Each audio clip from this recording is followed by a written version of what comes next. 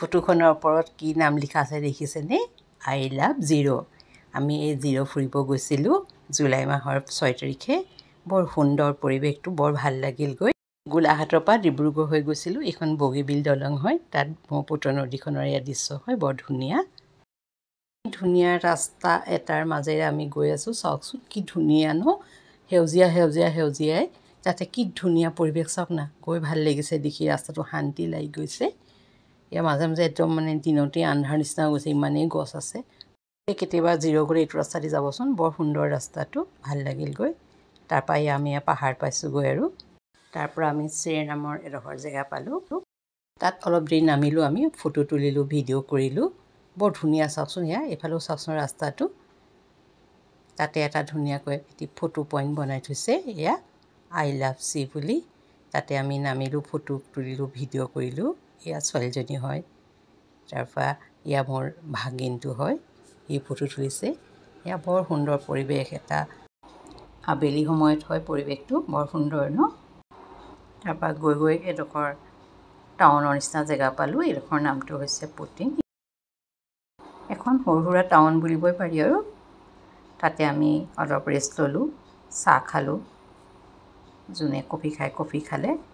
আমি জিৰ' পাই গ'লোঁ। তাত আমি এটা হোমষ্টে লৈছিলোঁ। আমি হোটেল বা ৰিজৰ্ট লোৱা নাছিলোঁ, হোমষ্টেত থাকি ভাল পাওঁ।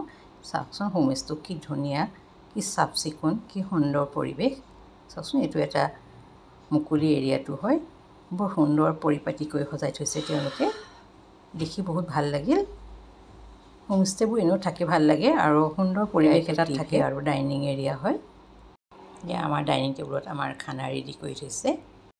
আপোনালোকে পাহাৰীয়া জেগাত গ'লে হোমষ্টেত থাকিবচোন, বহুত ভাল লাগে। ওপৰলৈ তেওঁলোকৰ ৰুমবিলাক আছে। এইটো তেওঁলোকৰ কিটচেন হয়, লগতে ডাইনিঙো আছে, মাটিত বহি কোনোবাই খালে খাব পাৰে।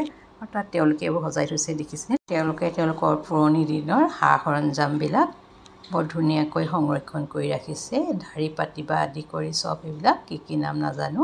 এয়া এটা খেলো থৈছে, মাৰিলোঁ ক'ৰবাতে লাগিলগৈ, তাৰপাছৰ বাৰ মাৰিলোঁ, এয়া লাগিলগৈনে বাৰু, এয়া লাগিলগৈ আৰু দেই। এখন এয়া জুই সেকা এটা ৰুম হয়, এয়া ওপৰত খৰি থৈছে, তলত জুই সেকে, ঠাণ্ডা দিনত তেওঁলোকে জুই ধৰি দিয়ে আৰু হোমষ্টেত থকা সকলো মানুহে আহি তাত একগোট হৈ জুই সেকিব পাৰে। এইটো দেখিছেনে, কি বুলি কৈ মই নামটো পাহৰি গৈছোঁ। বৰ ধুনীয়াকৈ গৰম হৈ থাকে, আপোনাৰ ঠাণ্ডা দিনত গ'লে এইটো সুবিধা পায়। আমি যিহেতু গৰম দিনত গৈছিলোঁ, সিমান ঠাণ্ডা নাপালোঁ। এইবোৰ দেখিছেনে, তেওঁলোকে মূঢ়া ঢাৰি এনেকৈ পাৰি থৈ দিছে। হোমষ্টেটোৰ ৰাতিৰ দৃশ্য দেখিছেনে, বৰ ধুনীয়া হয়, বহুত মুকলি এৰিয়াত আছে। হোমষ্টেখনৰ নামটো ক'ব পাহৰিছোৱেই নহয়, নামটো হৈছে জিৰ' পুটু। এয়া ওপৰতে আমাৰ ৰুম আছিল, এইটো আমাৰ ৰুমেই হয়। এয়াই হৈছে ৰুমটো, ৰিজনেবল প্ৰাইচত 1-2 ৰাতি থাকিবৰ কাৰণে সুন্দৰ হয়। আমি যিহেতু ঠাই আৰু পৰিৱেশটো চাই পেলাই হোটেলখন লৈছিলোঁ। এইখন হোটেলখনলৈ সোমাই আহিব পৰা গেটখন হয়। ৰাতিপুৱা সময়ত হোটেলৰ ছাদৰ পৰা চাওকচোন পৰিৱেশটো কি ধুনীয়া, আকাশখনে চাবনে, গছ গছনিয়ে চাবনে, পাহাৰে চাব নে ডাৱৰবিলাকে চাব, চাওকচোন কি ধুনীয়া পৰিৱেশ ন।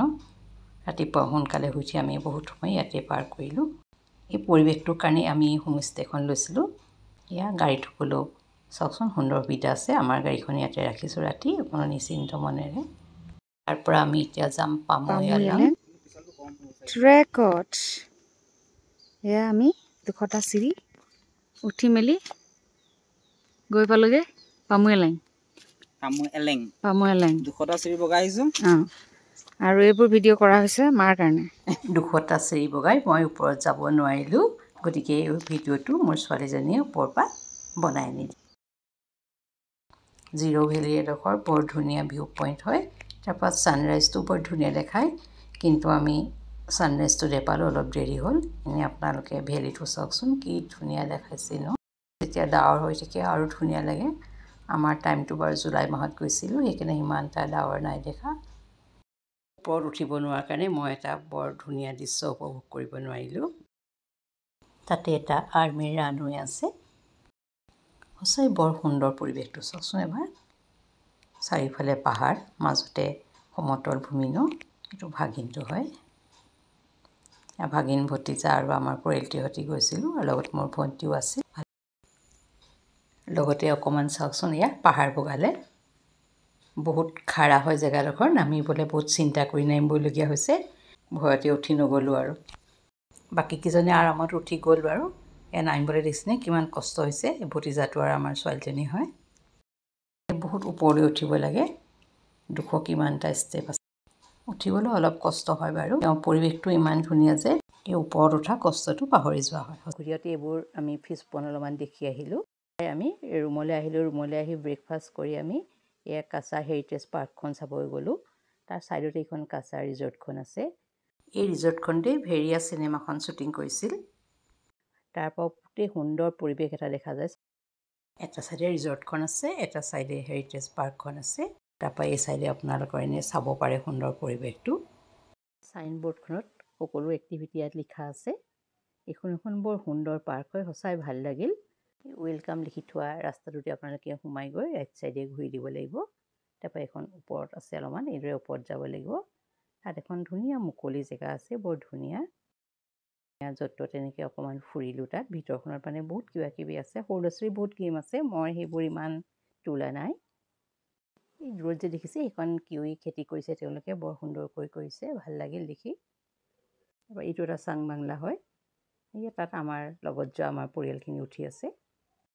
জোলনাও লগাই থৈ দিছে, আপোনালোকে সুন্দৰ প্ৰাকৃতিক দৃশ্য উপভোগ কৰি জোলনা খেলি থাকক। বাপৰে বাপ, কিমান ওখ গছ, গছ গছনিয়ে ভৰপূৰ। সকলোবোৰ একে টাইপৰ পাইন গছ যে, বেলেগ এটা সৌন্দৰ্য আছে। দেখিছেনে গছবোৰ কিমান ওখ ওখ পোন পোন, সঁচাই ভাল লাগিল গছখিনি দেখি। বটানিকেল গাৰ্ডেন 0 বুলি লিখা এই গেটখনৰ তলেদিয়ে সোমাই যাব লাগে। তাতে বহুত এক্টিভিটি আছে। এনেকুৱা লাগিল 0 ফেষ্টিভেলৰ সময়তহে তেওঁলোকে এইবিলাক ঠিক ঠাক কৰে যেন লাগিল। তাৰপাছতে আমি আহি গ'লোঁ ইয়াত ইণ্ডো চাইনা ৱাৰ বাংকাৰ এটা বনাই থোৱা আছে ইয়াত। সেইটো দেখি বৰ ভাল লাগিল। আৰু ইয়াত বহুত কিবা কিবি এক্টিভিটি আছে। এইবোৰ এতিয়া বন্ধ হৈ আছে, যেতিয়া 0 ফেষ্টিভেল হয় তেতিয়াই তেওঁলোকে এইবিলাক ধুনীয়া কৰি দিয়ে। এইবোৰ দেখিছেনে গছবিলাক, সঁচাই ধুনীয়া দেই। আৰু সৰু ছোৱালীয়ে খেলিবলৈ মানে বহুত কিবা কিবি আছে। টাইমটো মানে আপোনালোকে কেনেকৈ পাৰ হৈ যাব আপোনালোকে গমেই নাপাব। প্ৰায় 1 ঘণ্টামান সময় লৈ গ'লেহে ভাল হ'ব। চাওকচোন এবাৰ কিমান ভাল লাগিছে ন, ওপৰখনো কিমান ধুনীয়া লাগিছে। গছখিনিত ফাকে ফাকে পোহৰ আহি আছে। আমি এতিয়া আহি গ'লোঁ চি লেক চাবলৈ। এইটো এটা বৰ ধুনীয়া আৰ্টিফিচিয়েল লেক হয়। এয়া মোৰ ভণ্টি, এইটো ভাগিন। চাওকচোন লেকটো বৰ ধুনীয়া। চাওকচোন তাৰ পানীবিলাক কিমান ধুনীয়া। বাৰিষা অলপ পানীবোৰ লেতেৰা হৈ থাকে, কিন্তু আন ছিজনত বৰ ধুনীয়া হৈ থাকে।